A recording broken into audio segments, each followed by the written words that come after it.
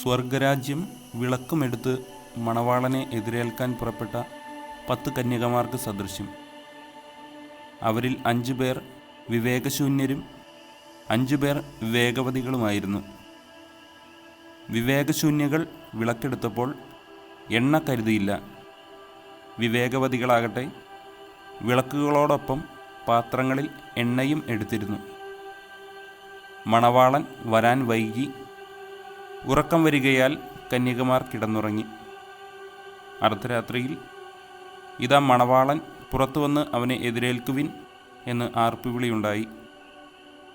ആ കന്യകമാരെല്ലാം ഉണർന്ന് വിളക്കുകൾ തെളിയിച്ചു.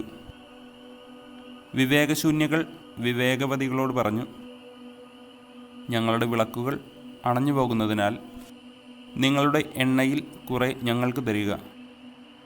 വിവേകവതികൾ മറുപടി പറഞ്ഞു, ഞങ്ങൾക്കും നിങ്ങൾക്കും മതിയാകാതെ വരുമെന്നതിനാൽ നിങ്ങൾ വിൽപ്പനക്കാരുടെ അടുത്ത് പോയി വാങ്ങിക്കൊള്ളുവിൻ.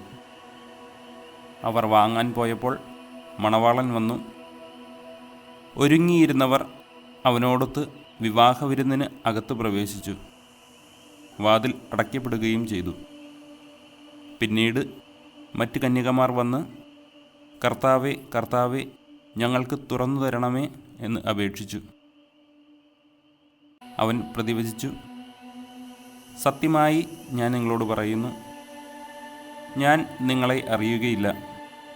അതുകൊണ്ട് ജാഗരൂകരായിരിക്കുവിൻ.